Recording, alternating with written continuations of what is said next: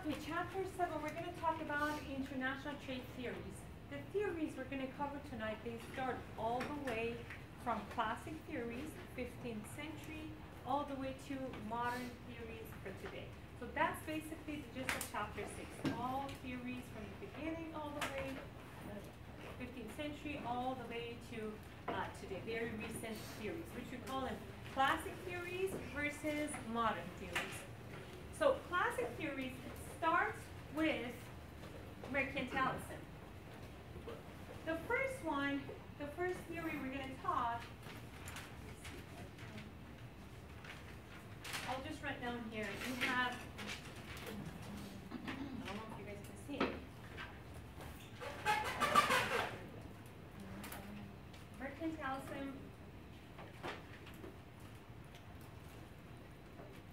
absolute advantage by Adam Smith, comparative advantage by David Ricardo. These are classic theories. So, starting with mercantilism. Mercantilism basically, it started in mid-1600 in United Kingdom, British Empire. They have noticed every time they export, they notice that gold reserve, their reserve actually is expanding, right? Because when you're exporting, you bring money to the country. Every time they import, the gold reserve actually is going down, right? The reserve. So they decided to not import anymore. Let's just start protectionism. Your book says protectionism. It's not really protectionism, because protectionism is when you basically completely close the country down. But they didn't want to close it down. They were relied on zero-sum game. Zero-sum game says one party is winner, win-lose situation. Today we're talking about win-win situation, right? At that time was the win-lose situation. Mercantilism relies on zero-sum game, which is win-lose situation. Now, if the other party is the winner, that means I'm the loser. So I have to try not to be the loser. The other party must be the loser.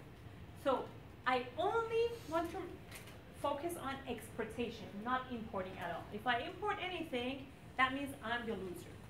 So they started focusing on exportation. After a very short period of time, they have noticed just a small little island, how much can you basically produce and process and sell it to the world, right? So very short period of time, they noticed it's almost impossible to do that. You cannot, don't import anything at all and only export out of the country. So after they have noticed, what do you think they did to solve this issue? Free trade? Free trade is very against that. Oh, the PowerPoint here. Free trade is one of the first. Started underwater agriculture. They did what? I'm sorry. It's like underwater agriculture because they're in an island. I don't know. What do you guys think they did? Very good. Very good. Colonies, right? That's what how it started. Colonialism started with British Empire, which was in mid-15th century, which it started with, they've noticed, we're not able to export everything. So what do? You go to their country, access natural resources, bring natural resources home for free, process it, and then sell it to the world. That's what you do.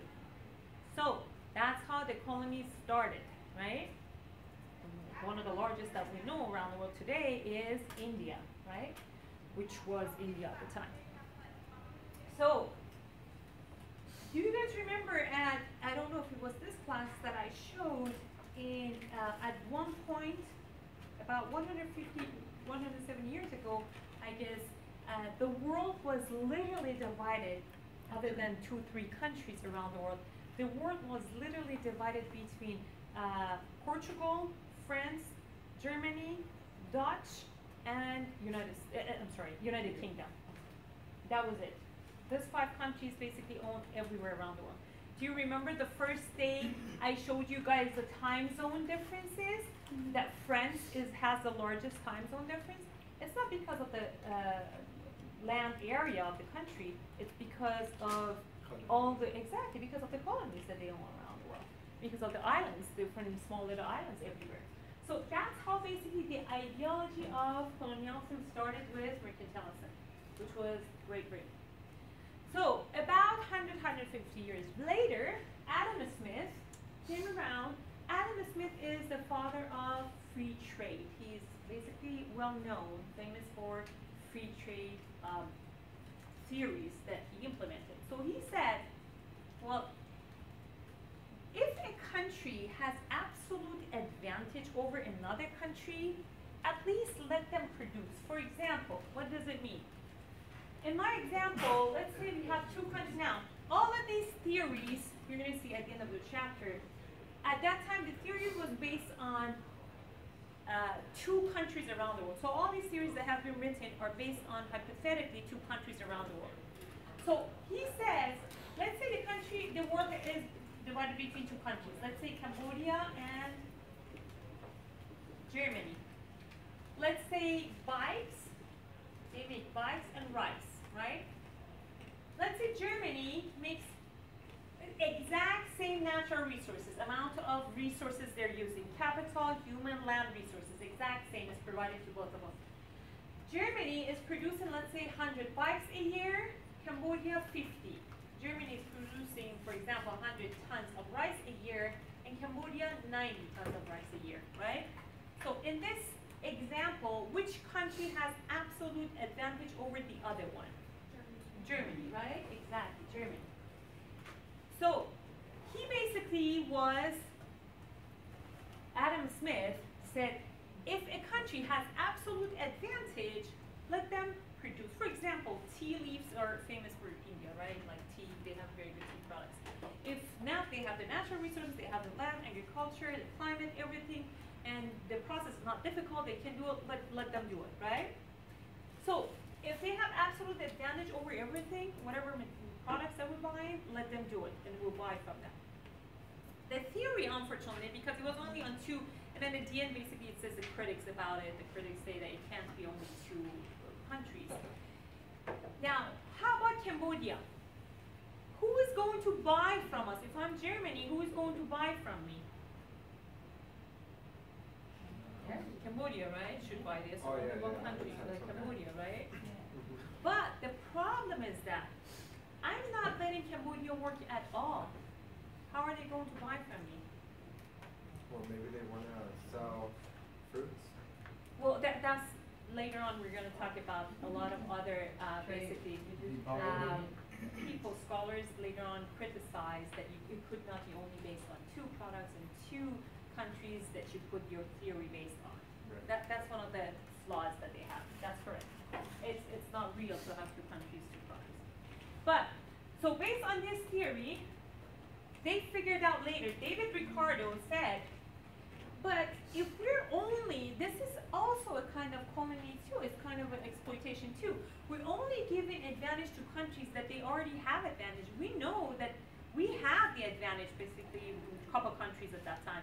We do have advantage over the other ones, so it's better to also give them some choice, options, to start production as well, to start producing something, anything that they can. So in this example, he said, let's focus on comparative advantage. Comparatively, what product should be given to Cambodia to produce? Comparatively. Right. Exactly, right? Because they are far behind when it comes to bike. They can't compete anyway. But they're a little bit behind when it comes to rice.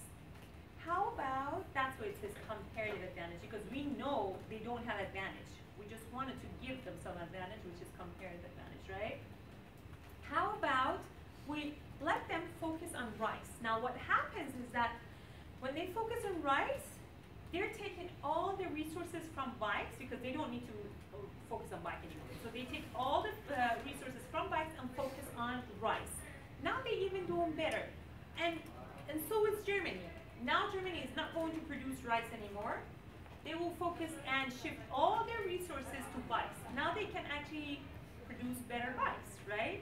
So that's basically the idea behind it, comparative advantage. You give chances to other countries as well, but this was much later. The last classic theory that came around was David Ricardo that says, how about giving advantage comparatively? Any country around the world that can produce something comparatively good, let them actually, let's give them the option to produce, right? After that, a new theory started coming around, which this one is based on positive sum game. Positive sum game says win-win situation, which this one says zero sum game. Only I have to be the winner. Now, free trade today, the way we know about the free trade, because your chapter is going to talk about free trade. Free trade, as we talked about it in the past, was that government hands off. No basically rules and regulations, no tariffs, which is taxes on imported products, nothing. So that's completely free trade. We know in today's world, because we do have rules and regulations, we are member states of World Trade Organizations, many countries are member states of World Trade Organizations. Therefore, there are some rules and regulations involved, so it cannot be 100% free trade. We do have free movements of goods and products, but doesn't mean it's 100% free trade, because even between our neighboring agreements that we have, Mexico and Canada that we have, even among us, 100% of taxes didn't remove. It was up to 99%, but we still had some taxes on steel products, we had some on agriculture, we had some on avocados. There were still a couple products left that we had some tariffs on them. Right now it's not NAFTA anymore, they're working on USMCA, right? United States, Mexico, and Canada. Now, therefore, we don't have 100% free trade. New Zealand, Singapore, Hong Kong, they're very, very open markets. Again, it's not 100% free trade. Now I'm going to go to new theories. Let's see what parts. Okay, these are good examples. You guys remember, I don't know if you guys remember TPP. You guys remember TPP, Trans-Pacific Partnership? It was all around at the time of presidential election. Everybody was talking about it. TPP? Trans-Pacific Partnership, which was under Obama, and each candidate was basically, they had different opinions over that. Trump and Bernie Sanders, they didn't want to pursue with TPP. Hillary Clinton wanted to pursue with TPP. What TPP was basically, it was meant to eliminate or reduce 18,000 tariffs, taxes on non-tariff barriers. U.S. agriculture would have benefited, and these companies would not. Some U.S. companies urged Congress to reject the deal. Now, it was between, I think 14 countries. It was the Philippines, Chile, Peru, Japan, South Korea, a lot of countries around the world, but it did not include China. So therefore, China was not happy about it. China, in response to this TPP, Vietnam was part of it, and you know, Vietnam would actually benefit a lot, because all those manufacturing facilities that right now American companies are working with China, they would shift it to Vietnam, because it wouldn't have any tariffs anymore. It would be just like Mexico for us. They wouldn't have any tariff on us. So we could actually do basically very, very low tariff or trade here, eliminate or reduce the tariffs, which China didn't like it, because they would lose all the business to Vietnam. So what China did in response to that, they created One Belt, One Road. One Belt, One Road, which is very interesting. When I talk about it in the United States, a lot of students don't know about it, but you have no idea how much the rest of the world talks about it, especially in China. I just wanted to show you guys the map of One Belt, One Road. Okay, this is the map.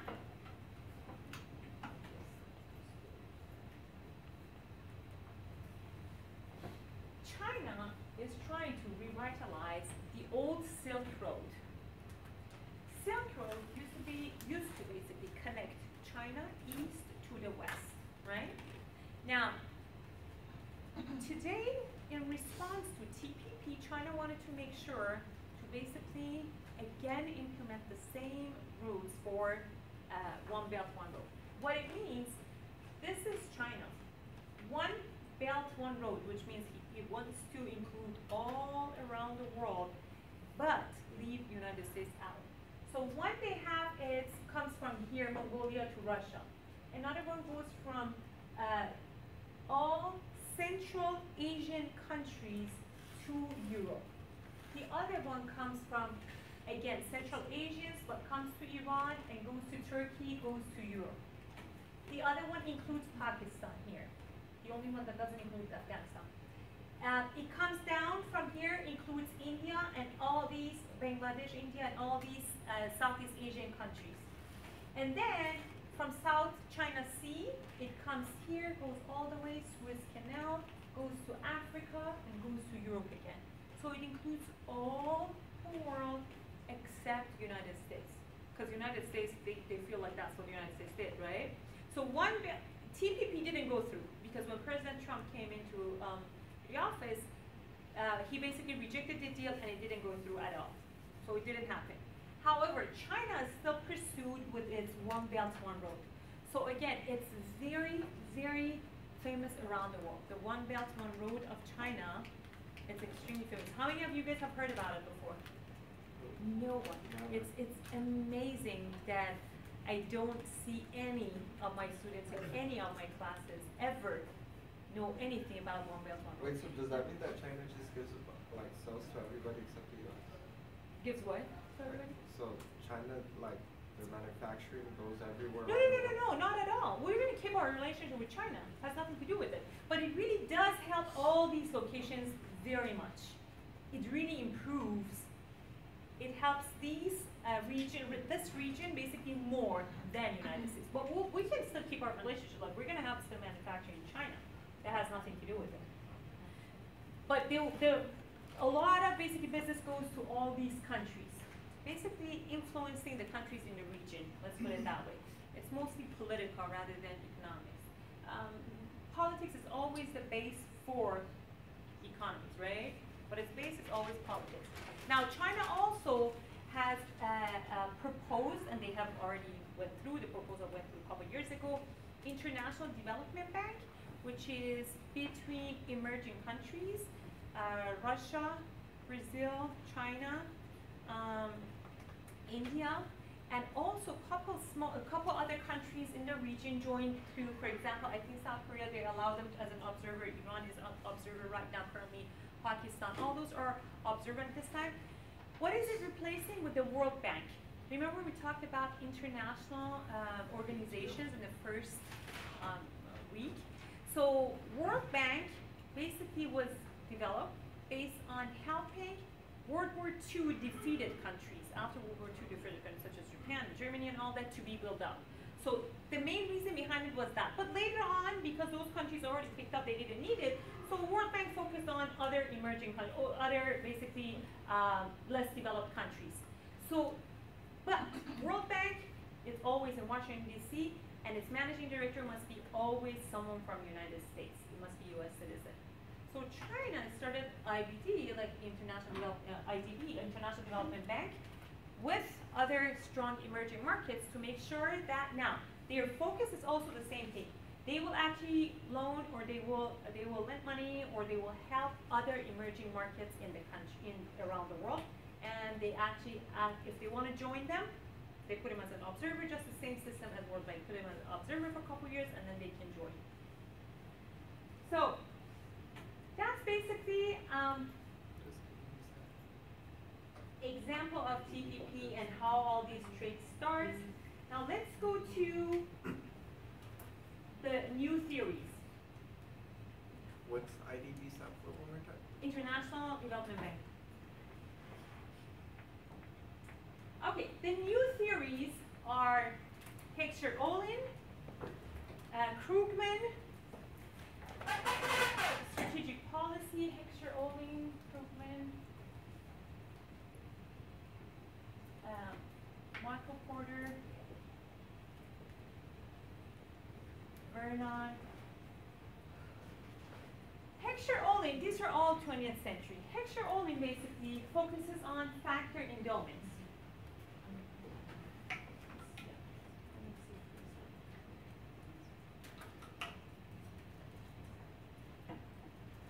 Heckscher-Ohlin focuses on factor endowments, which basically says factors of production. Heckscher-Ohlin focuses on factor of production. What is factors of production? Again, the same thing, factor endowments. Labor, land, and capital. Those are the same things. You can call them factor endowments, you can call them factors of production. So he basically says, you have to focus on each country has to be able to, in order to be attractive, they have to be able to offer one of the factors of production, which is they have to be either attractive to you as far as low labor costs, skillful laborers, they have to have either natural resources, they have to have probably a lot of capital like the United States. They have to offer one of the factors in order to be attractive for investors, become attractive to investors. That's Heckscher-Ohlin. The next one is Ray Vernon. Ray Vernon, basically in 1971, he says, Heckscher-Ohlin actually are two people, Heckscher and Ohlin. Ray Vernon, in 1971, he basically said, product life cycle. Okay, never mind. I guess there is no, I was looking for the table. What he's talking about, Ray Vernon, about the product life cycle, in the past, in 1971, that idea or theory would actually work, but not anymore. Because what he said at that time in 1971, most of the production, most of companies basically were from the triad, which the triad was US, Germany or Europe, what they call it, Germany or Japan. So what he said, well, the product life cycle that he's talking about is very different than marketing product life cycle, which is like introduction, maturity, growth, maturity, and decline, right? That's a very different one in marketing. What he's talking about says, when a product is produced in one of these countries, it's first used in the same country, produced and used in the country. After it's matured in this country, it's been sent to the other two, okay? Used and matured in the other two countries, and then sent to second world countries, which was Eastern Europe mainly, right? Eastern, Southern Europe, in 1971 though. After it's been used and matured in that country, they will send it to least developed countries or third world countries. So that was basically his life cycle. But today, that really doesn't hold up. The reason is because most of the times products are not even coming from these three countries anymore. We know that our manufacturers are spread all around the world. We have a lot of emerging markets, great manufacturers, great brands and products that doesn't hold up anymore. But that's basically what he said as a modern trade theory. Now, Leontief paradox. What Leontief basically said, I didn't put Leontief over there because it's Leontief basically said countries focus on what they have is strong. For example, they export what they have is strong. If United States is strong in capital, they actually export capital-intensive goods. Later on, they could prove him it's wrong. United States did not actually export capital-intensive goods. That's why they call it Leontief paradox, because he basically contradicted his own theory. That's what they call it. So that's why it never held up. It's not a strong thing. What do you mean by capital-intensive goods? Capital-intensive goods, for example, you can say aircraft manufacturers capital-intensive goods. So United States is capital, but that's an example. They said it's not only, United States is not only focusing on that one. United States have consumer goods, very small consumer goods too, right, at the time. So that's why they basically said, he basically said that since United States is capital abundant, so they have to only focus on capital intensive goods, which it wasn't true. So that would mean like if there's a country that is not that capital abundant, then they would only sell cheap stuff. No, for example, they have to focus on, for example, labor-intensive goods. That's what they mean.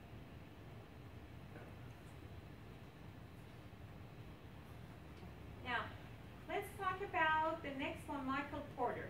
Michael Porter actually is one of the most important ones.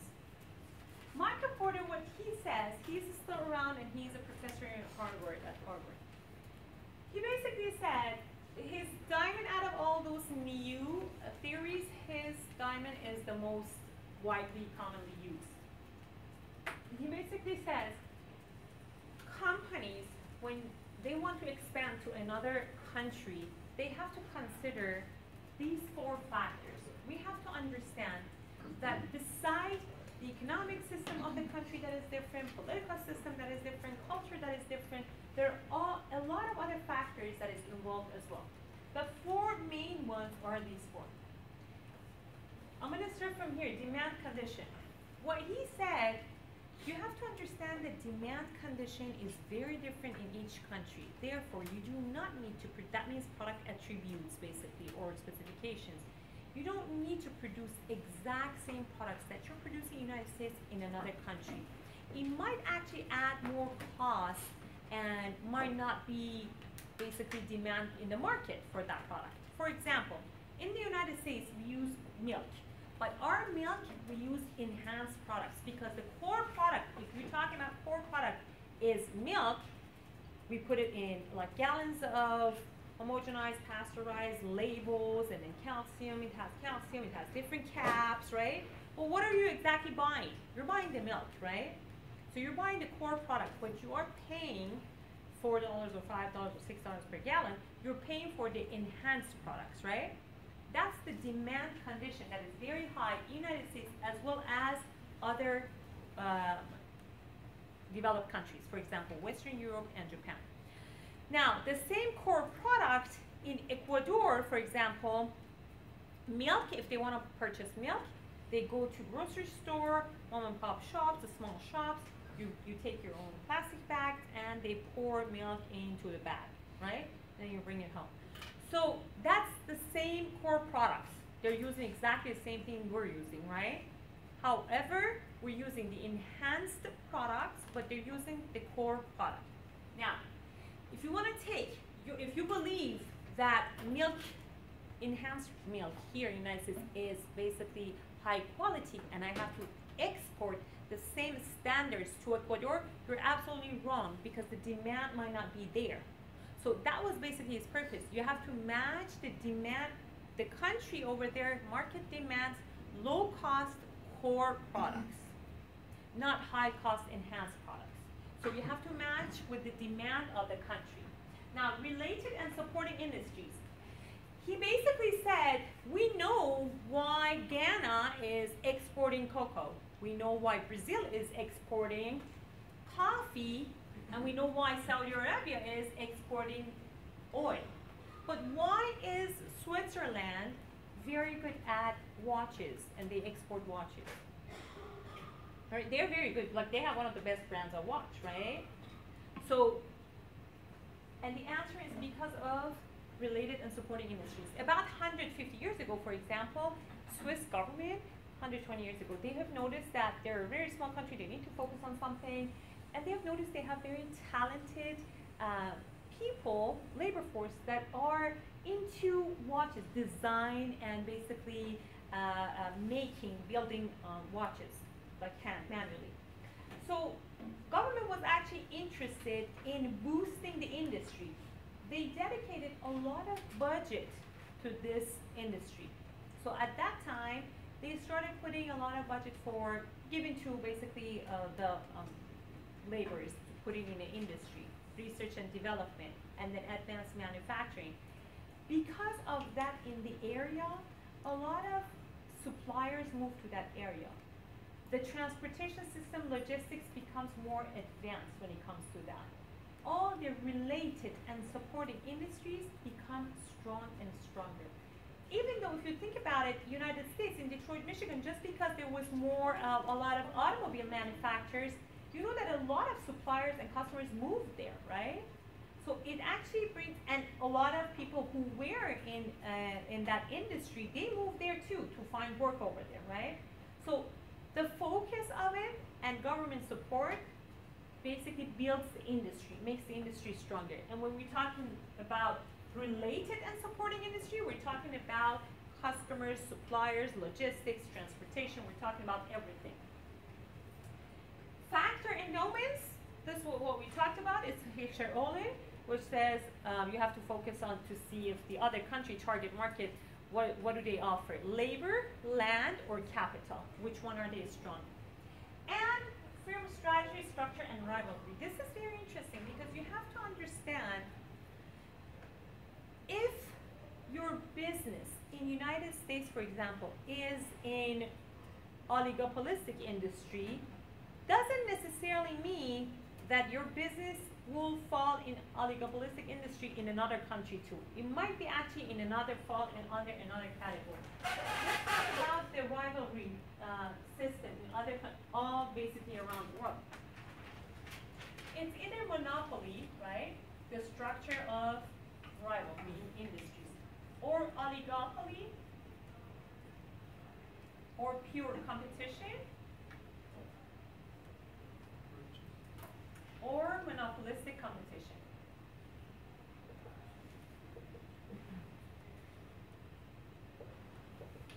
Now, we know that in the United States you cannot practice monopoly, right? It's illegal. It has to be more than one representing an industry. However, doesn't mean if you go to another country there is no monopoly. As a matter of fact, many times there are government monopolies. A lot of countries around the world will see industries that are government owned. Oligopoly are a very few, very big, large scale companies that represent the entire industry. For example, automobile industry, very large scale, right? Companies, but only a few. It's not like restaurant, right? So the automobile, telecommunication, all of those are examples of oligopoly. Now, oligopoly, for example, automobile might be oligopoly in the United States, but if you go to Vietnam, you might be monopoly. That's what it's talking about. You have to see where do you fall under when you go to the other country. You have to know the structure of the industry. Pure competition means a competition that cannot be differentiated. It's commodity, basically. You cannot differentiate it. You cannot put a brand on it. The only way to compete is basically based on reducing prices. That's what's called pure competition. Such as vegetables. How are you going to differentiate your vegetables or brand them or something? Oil, commodities, anything that is commodity, you cannot change it. The only thing you can do, reduce your prices so you attract in order to compete. That's it. That's pure competition. Monopolistic competition is basically in a competitive industry, but you can make